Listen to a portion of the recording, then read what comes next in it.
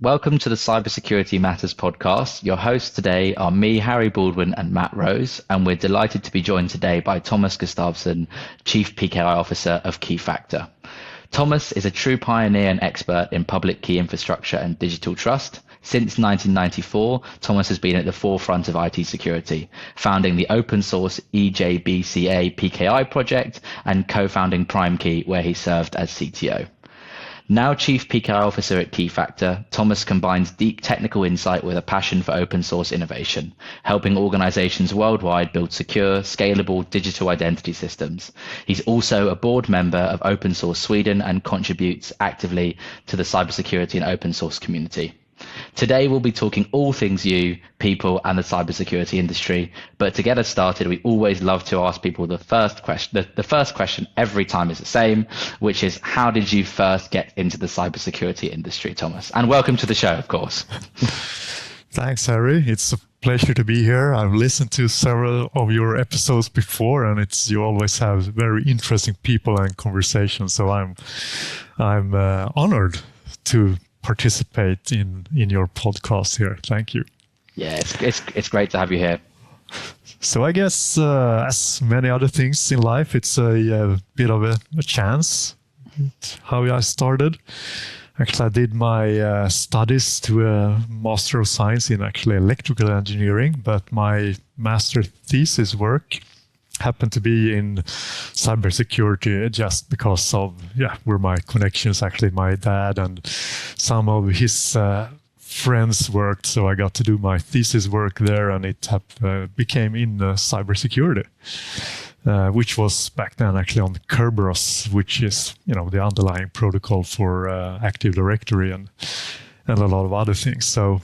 And after that, I started working for the professor at the Swedish university, which ran a security lab where I did my master thesis.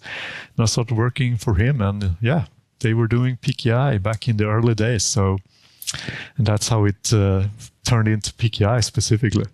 Yeah, and we've got lots of questions about the development of PKI and the impact of some of your work. But before we get into all of those, I'm going to hand over to Matt, who's going to ask you some questions about your career so far. Over to you, Matt. Thank you very much, Harry. And pleasure to meet you, Thomas. Very keen to kind of dive straight in, actually. So in terms of kind of your career, would you say there's anything or any person who's been the biggest influence on your career so far?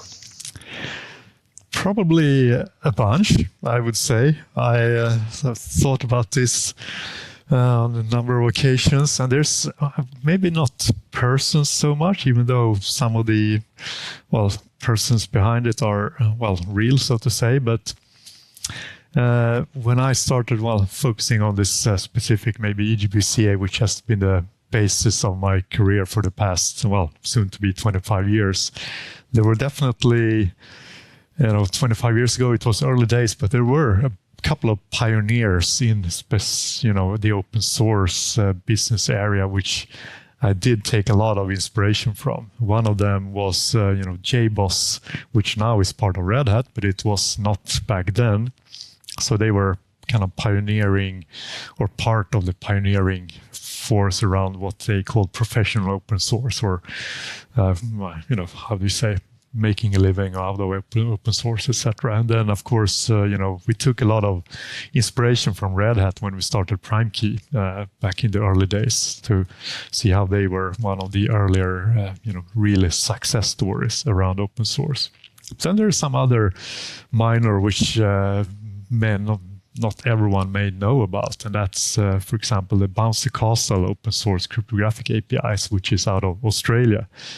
And founders there, which where one is David Hook, who is a really fantastic person and co-founder of the Bouncy Castle cryptographic APIs. And the reason why that was so kind of instrumental in my career, I would say, is because I couldn't have started EJBCA without Bouncy Castle, which was founded just 2 years before. So there's a couple of these things. I couldn't have done what I did without them happening. And then there's Others, of course, like my co-founders of PrimeKey, maybe I specifically name, Admir, my co-founder, who I still is long-term friend. We've known each other since 1994, and we worked together at the company that was previous to PrimeKey, which went bankrupt in the IT crash, and then together we founded PrimeKey, which I probably wouldn't have done without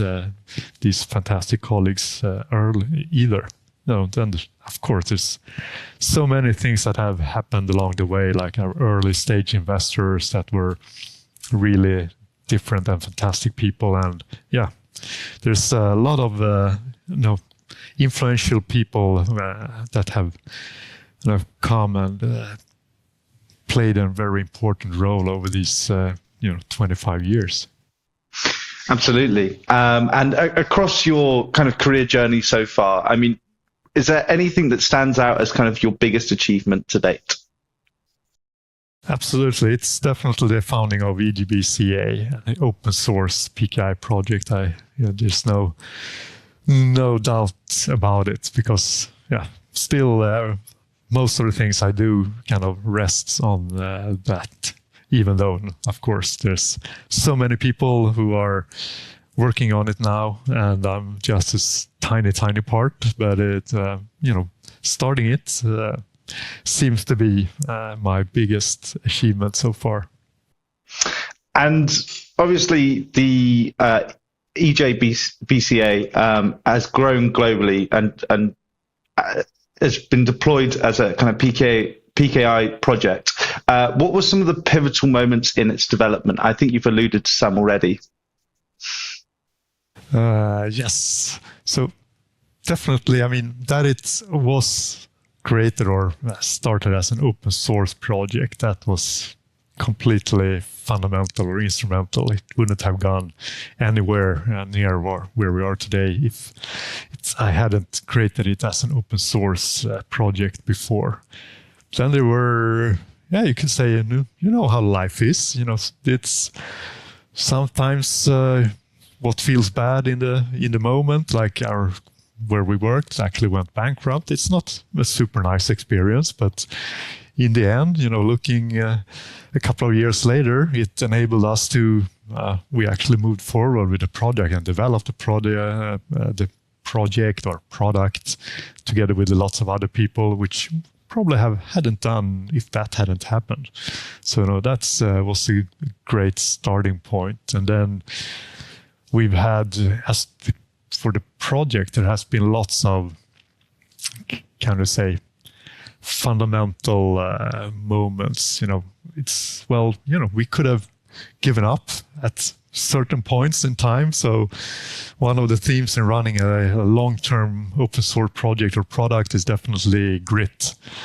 So not only me, but all the people I worked with didn't give up when times were rough, which they were sometimes, and continued. And we managed to partner with some, early stage customers who, back then when you're as a startup, you're really depending on having these, larger organizations that still works with you more as a partner than a vendor, which enables you to grow the product and project together, which benefits everyone in the end. And even though it's in the end it becomes a kind of more product vendor or customer vendor relationship, but then everything has grown to be mission critical and internet scale and things like that, where everything has to work quite differently. So we had several of these actually early stage partner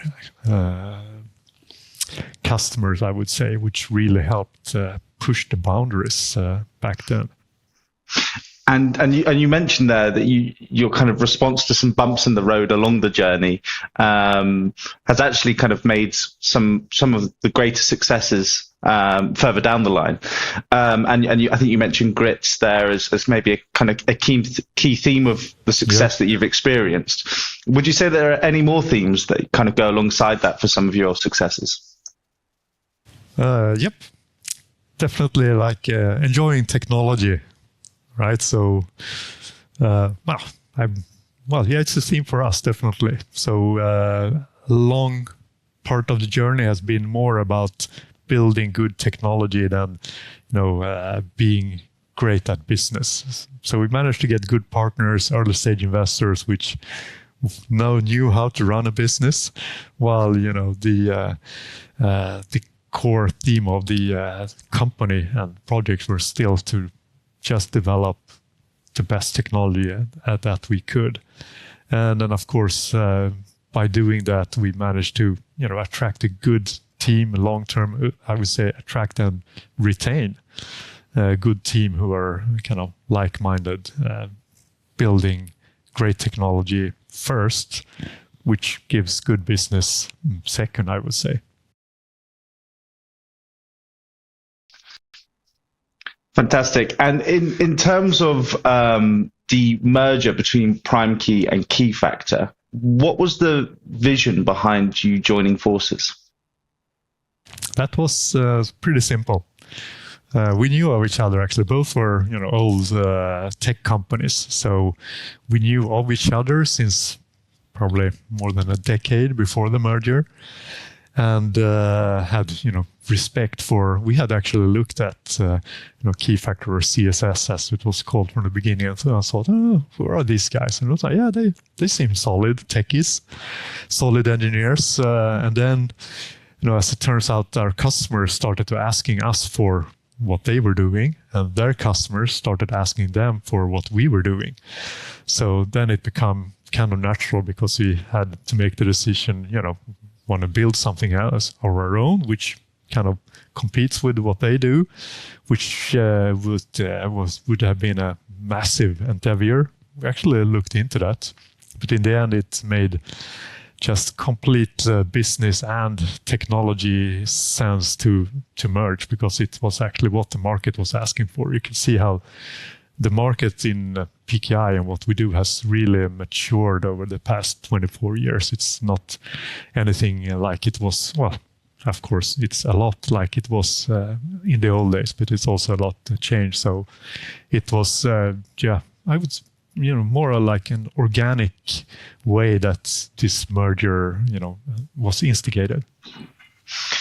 Absolutely. And now kind of switching the focus to the next stage of the podcast, we want to look at kind of talent specifically. And I'm sure you're aware, kind of one of the most amazing things about our industry is its people. And the cyber industry is kind of no different in that. In terms of the landscape consistently changing, in your view, what are the kind of key talent topics that need addressing the most? This is, PKI is a niche space, but it's also a very vast space, because it's used for everything from, small government stuff to, automotive, everything today. A lot of the security on the internet or off the internet relies on PKI. So there's a huge vastness of the space. So it's really a need to go pretty deep in order to understand what is really needed. And you both have to go deep and know the details, because a lot of these small details actually affects the broader picture of how PKI is used within an organization or within a use case. So you have to learn a lot how to find information in different places. It's,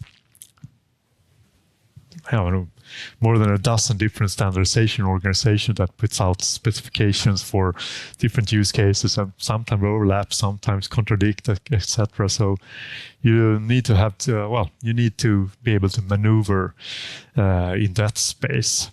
And sometimes I spend an unreasonable amount of time, trawling through different specifications to figure out what specific use case actually needs and how it should be done in the best way.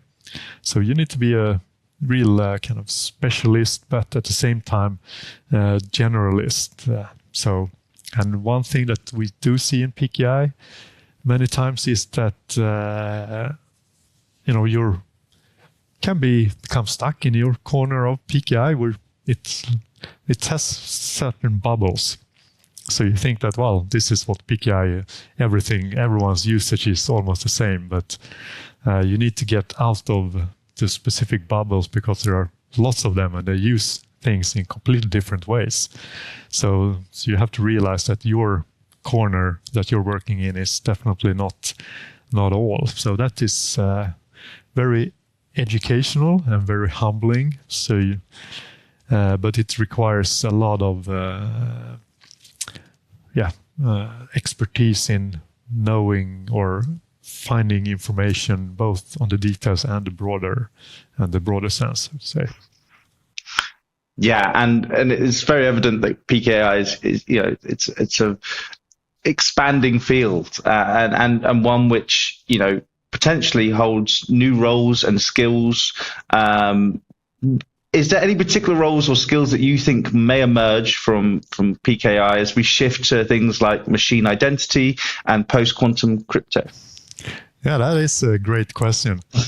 Sometimes, I'm not very much into titles, but I can definitely invent a bunch of new titles like my own. I'm not sure how many of those there are, but so when it comes to those points that you mentioned, crypto agility always comes up as one thing that is needed for the future. So something like a crypto agility expert, or we also talk automation. We have automation in DevOps, we have automation in CI/CD and everything like that. So maybe also a security automation engineer, something like that, because it will require moving a lot of today manual processes into automation. And probably you need to have a bit of specific skill set focused on security and not just getting things quickly moving, because you need to really pay attention to the specific security details or cryptographic details when you automate these things to make it really hold all from end to end. So I think that's maybe a secure automation engineer is a role I would like to see, I think. Yeah, and it sounds like there's some seriously exciting times ahead in the PKI space. Now it's time to hand over to Harry. I think he's got some questions on the industry topic that matters. Thanks, Thomas, and thanks, Matt. It's interesting hearing you talking about new roles, Thomas, in the PKI space. It's getting us excited thinking about the potential work that we can do supporting businesses. But I've so many questions for you on PKI and all the adjacent spaces in technology. I think the first thing I wanted to ask you, you've been working in PKI since the 90s, right? And I'd be really interested to hear how the space has evolved, what some of the big challenges were back then, and how you can kind of see it changing as time goes on. Yeah. In the early days, or in the 90s, everything, all PKI more or less were government driven. So all the projects and customers we did more or less were from the government. And so there you really had to have government contacts. You had to be in with some of your local government, and then you could be introduced to the global ones. And of course, actually open source helped us a lot there as well.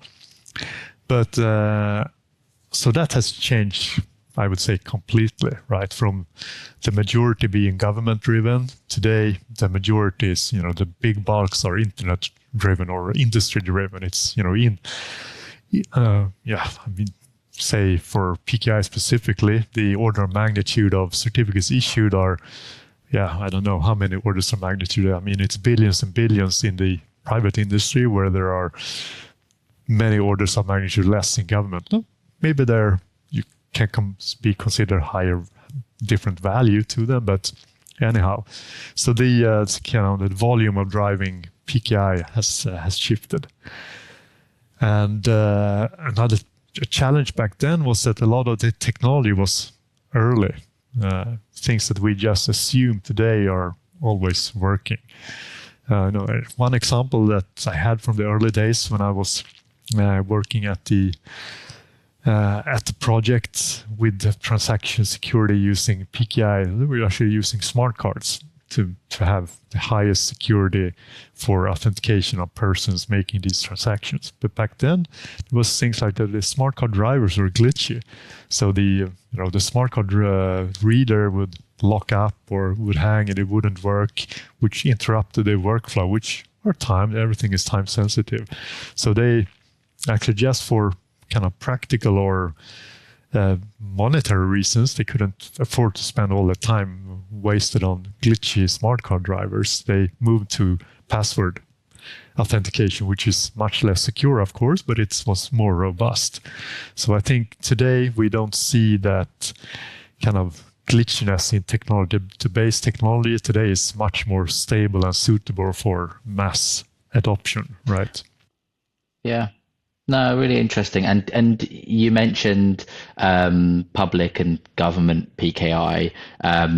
There's been lots of talk about a shift towards private PKI. Could you explain what that is, and kind of why there is that shift, and maybe some of the benefits and risks associated with private PKI more generally? Mm-hmm.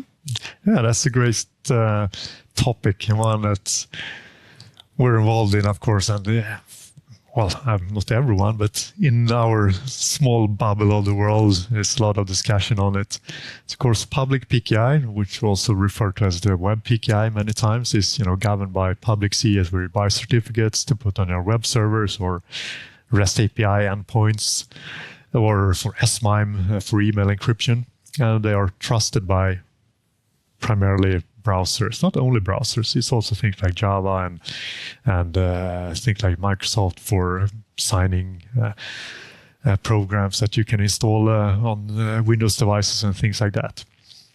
But that's it's largely driven by something called the CA Browser Forum, which sets baseline requirements, they call it, that all CAs must adhere to in order to be trusted by the web browsers. So yeah, you can browse a web page without getting an annoying pop-up saying, I have never seen this CA certificate before. Are sure you want to trust it? Default being no, right? So that's primarily, it has, public PKI has really in the past years shifted from being more like a Swiss Army knife. You could always buy a certificate online and use it for almost anything you wanted to. Say a decade ago, that was certainly the case. Nowadays, it's very strictly use case driven. You should only use it for this purpose, which is like a public internet facing or having at least a public DNS name for your REST endpoint. And if you put it, you can only use it for servers and not clients, where historically people use it for both servers and clients, and it could take a certificate and use it internally for different purposes, etc. But the public web PKI has been continuously tightening for the past decade or so. And now there's this talk about 47-day certificates in 2029, where the lifespan is decreasing for every year, and you have to rotate them. In a couple of years, you will have to rotate them monthly, right? Which is really not suitable for a lot of use cases, maybe by bank and finance or internal government, where you really have compliance or regulatory requirements, which makes this very hard to just deploy internet automation for your internal top security use cases or whatever it may be. So that's where private PKI comes in, where you have full control for your use case, because it ties back to what I say, like what I mentioned before, that if you're living in the public or web PKI space, you think that, this is how everyone uses PKI, but it's not. There's a lot of and more these use cases coming up, which cannot really live comfortably with the limitations that are put on the web PKI today. So there it's better suited to have a private PKI where you control the policy, and as long as you have a good security automation engineer that makes sure things are secure. You have control and over things and can do whatever you want. You can issue long-lived certificates if that is what you need. You can have short-lived certificates if that is what you need. But it's not someone else putting those requirements on you, and you have to kind of bend yourself over to fulfill those. But you can more conveniently work on your use case instead of working on being compliant with someone else's rules. Do you expect public key infrastructure to go completely towards private in the future, like, and the public side of it, the kind of previous use of it to completely die off? Like, is that a change that you're expecting to happen, or will it ever go back to it, or what do you think? Yeah, that's a good $1 million question. Well, I can't see it going away, dying off, because they still need that, because it's really good at what it does. Communicating, if you need to establish communication between two parties that have never met before, that is the best practice common trust anchor to anchor this communication with. But if you have previously met and could establish a more suitable trust anchor, that's a better way. So I think, actually, public and private PKI have lived side by side for all these 25 years that I've been, in this industry. And I expect it to continue that way. Actually, it probably will go up and down a little bit, maybe, and things will definitely change. Like things go up and down as you see and things, but it will continue to coexist. That's what I believe. Do you think that the quantum threats will change that as well? Like, what impact do you see, quantum threats having to PKI systems generally? Luckily, I always say that luckily the PKI space is very well standardized. So it's I'm kind of thankful to be in an industry which is, you don't have to, both, you don't have to invent everything yourself, because there's great standards out there. And it's also very good for interoperability, because there are standards that everyone agrees on. So you can use different technologies from different vendors or different open source tools, and it's actually going to work together. So this is also true with quantum, because making quantum safe PKI is probably one of the easier tasks.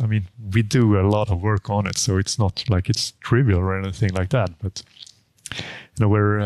as putting that quantum safe infrastructure in place, it's probably a lot easier than to migrate a lot of the applications that rely on it on top, which doesn't have such fundamental standards which are all being worked on to become quantum safe by standard.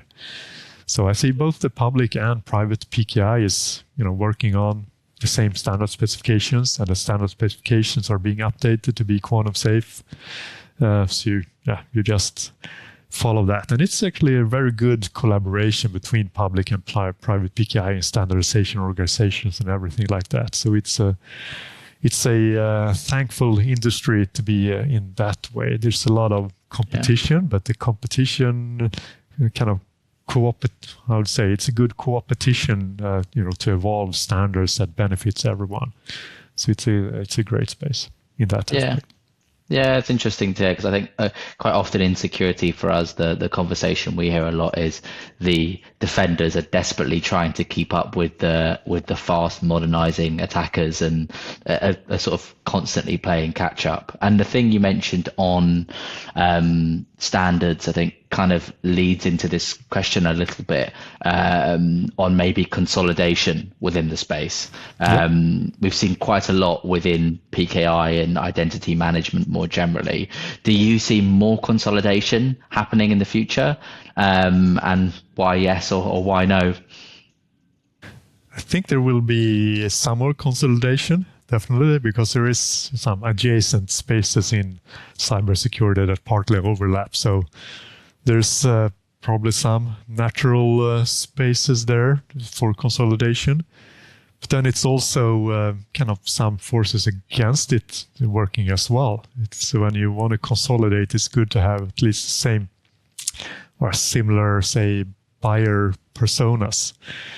So because it's not, otherwise you won't get the, say, consolidation benefits if it's still, you try to consolidate solutions, but it's still run and operated in completely different places by different people in the consuming organization. And then you don't reap really good benefits of consolidation. So there definitely, as the industry matures, which we have seen, right? It's so much more mature now than it was, 10, 20, or even 10 years ago. And that drives, of course, consolidation when things become more mature, both by the vendors and in the consumers, because they kind of have to tag along in the maturity journey. The customers have to be mature as well to reap benefit from consolidated vendors. Actually, I had one example of where we had, there was kind of thoughts of consolidation, but it didn't, we haven't seen it happen yet, and for some good reason. Back in the days, we were kind of at some time regularly asked by customers if we wanted to do, if we shouldn't also do symmetric key management, right, as opposed to asymmetric with PKI, because there's those two very adjacent and sometimes overlapping solution areas, but we haven't seen that consolidation happen a lot, because in the end it turned out these are actually operated in usually by different teams and in organization in different parts of the customer or the consumer organization, and actually it's different people who buy the solutions. So we haven't really seen a lot of the major benefits of that. So that is a type of consolidation we haven't seen a lot of. Maybe it will happen in the future, maybe not. We'll see. Yeah, exciting. Yeah, excited to see. And one or two questions left in this section, mainly on Keyfactor and your recent announcements. With the recent acquisitions of InfoSec Global and Cypher Insights. Could you tell us a bit about those and how those technologies complement Keyfactor's existing PKI platform? Yeah. It actually came about almost the same as I mentioned, the merger between PrimeKey and Keyfactor. It's so Keyfactor has been good at kind of the PKI journey or end-to-end by doing inventory of certificates, where kind of certificate or PKI focused, and then issuance and management of that. And now the customers wanted to have a more, say, deeper cryptographic discovery, where PKI certificates is definitely one part of that. So if an organization wants to keep track of all their certificates, we could do some TLS scanning of endpoints, synchronization with the CAs, etc. But larger organization wanted to have a deeper inventory of all the cryptographic assets, where PKI was a sub-part. So that's where both InfoSec Global and Cypher Insights come in, because they do discovery of more than PKI. They do discover on file systems, in files, on the network, not only on server endpoints, but can find out everything from clients, and discover also what you call the dark IT. If someone is, pulling up their open access certificates, putting it in a binary or in a GitHub repo, something like that, you get a consolidated view, which includes the certificates that we did before, but gives a more complete picture. And customers were using our technology and then started asking for this deeper discovery. So of course we knew a lot of people both at InfoSec Global and Cypher Insights before the merger. So we were well aware of the space for quite some time before it, but it became natural for definitely the same, kind of circling back to what we just said, the same departments or buyers in the customer organizations wanted that combined technology. Yeah, no, interesting. And you mentioned the kind of the breadth and depth of discovery and PKI management as being a real strength of Keyfactor. And Keyfactor is, you guys have grown to become a real leader in digital identity, and a really recognizable name. Are there any other aspects or approaches or technology that you think makes Keyfactor unique? I think we are, unique. I'm trying to be humble, so no, go for unique it. is so hard, but of course I'm a techie, of course, so I always appreciate that side of things. We're still, even though we're now quite large for an SME, still a technology driven organization with a very engineering focused culture, which has kind of been layered on top with a super great sales organization and board, and who manages control of all the finances and everything like that. So I think that's having that core engineering culture is quite unique. Yeah, and which has enabled us to also partner with large customers on the kind of engineering endeavors that benefits everyone, both us and the customers and a wider area of customers. And I would say, last but not least, I have to mention the open source aspect, of course, because there's a lot of companies who do open source, so we're not unique in doing open source, of course, but there's not a ton of us there in this space, at least.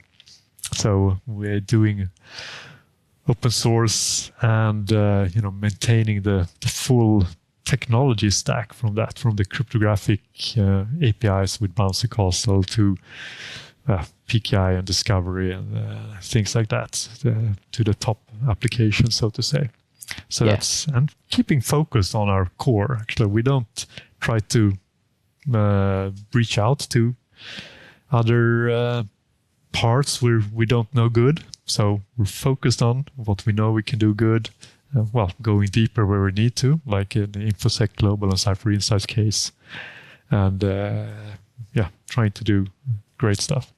Yeah, that's fantastic.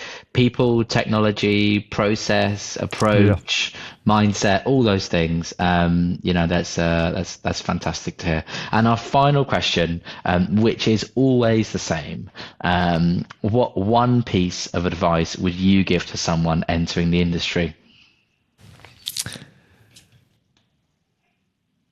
I would give an advice to try to get experience or broaden a view, because this is a technology that is so widely used and can be used for thousands of different use cases.